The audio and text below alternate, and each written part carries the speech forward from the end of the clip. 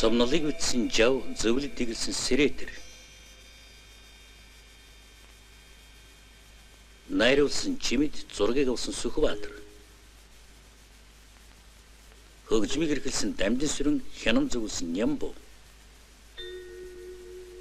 Зураач Махвал Чүлтэм сүрэн.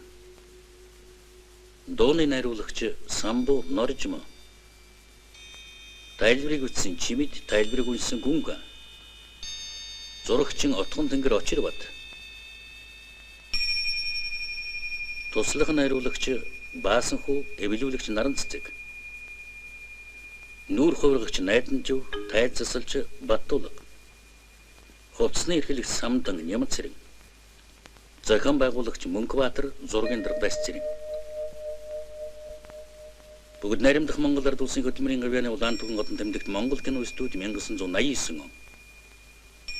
Монголын төрслөг хурлын музей, Чойжин ламын сүм музей, Богдхааны ордон музейн сан хөмрөг, Монголын урчуудын эвлийн хорооны урчууд, Монголын урлагийн ажилтны холбооны хорооны бүжигчдийн тусламжтайгаар уг киног бүтээв.